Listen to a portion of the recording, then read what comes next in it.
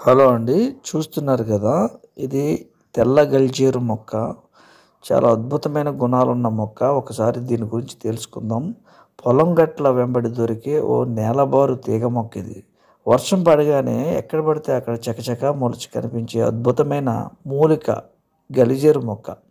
పల్లెల్లో దానిని అటుక మామిడి అని, గలిజేరు అని, ఎర్ర గలిజేరు అని కొన్ని పేర్లతో పిలుస్తుంటారు. ఆయుర్వేదంలో దీని పేరు పునర్నవ అని కూడా పిలుస్తారు. పునర్ అంటే తిరిగి, నవ అంటే కొత్తగా అని అర్థం. ఈ మొక్క ముఖ్యంగా కిడ్నీ పేషెంట్లకు ఒక దివ్యౌషధం అండి. ఇది చాలా మంచిది. దీని గురించి పూర్తిగా తెలుసుకుందాం. అయితే కిడ్నీ రోగులు రోజురోజుకి పెరిగిపోతున్నారు. ఇండియాలో ప్రతి సంవత్సరం దాదాపు 2 లక్షల మందికి దీర్ఘకాలిక మూత్రపిండాల వ్యాధితో బాధపడుతున్నారని అంచనా. ముఖ్యంగా మధుమేహం, రక్తపోటు అంటే బీపీ వంటి కారణాల వలన మూత్రపిండ రోగులు పెరుగుతున్నారు. దేశ జనాభాలో 10% మంది మూత్రపిండ వ్యాధులకు గురవుతున్నారని అంచనా.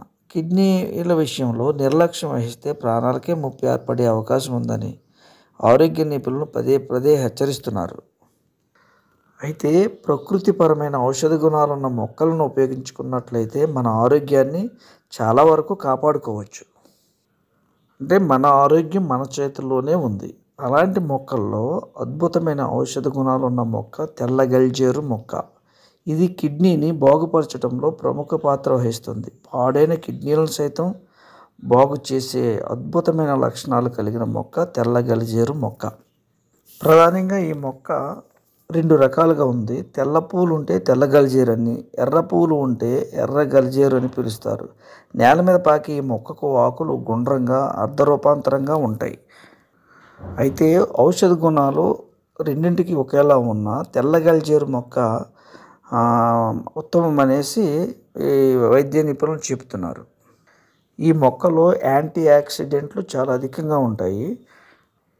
ఈ మొక్క కిడ్నీ వ్యాధిగ్రస్తులకే కాకుండా కఫము, దగ్గు, అలాగే గుండె సమస్యలు, పాండు రోగము, తర్వాత శరీరానికి కలిగే వాపులు, కడుపుకి సంబంధించిన వ్యాధులను కూడా ఈ మొక్క పోగొడుతుంది.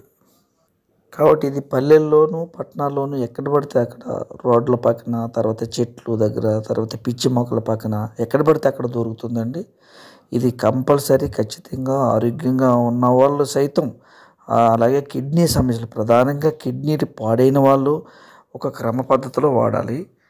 వాడే విధానం ఎలా అంటే గలిజేరు ఆకులు పిడికెడు తీసుకొని శుభ్రపరిచి పావు లీటర్ మంచినీటిలో వేసి 10 నిమిషాల పాటు మరగనివ్వాలి. అనంతరం చల్లార్చి వడపోసి రోజు ఉదయం పరగడుపున 1 గ్లాసు తీసుకున్నట్లయితే కిడ్నీలు శుద్ధితో పాటు మూత్రనాళ సమస్యలు పూర్తిగా దూరం అవుతాయనేసి ఆరోగ్య నిపుణులు చెప్తున్నారు. కానీ ప్రక్రియను 21 రోజులు చేయవలసి ఉంటుంది.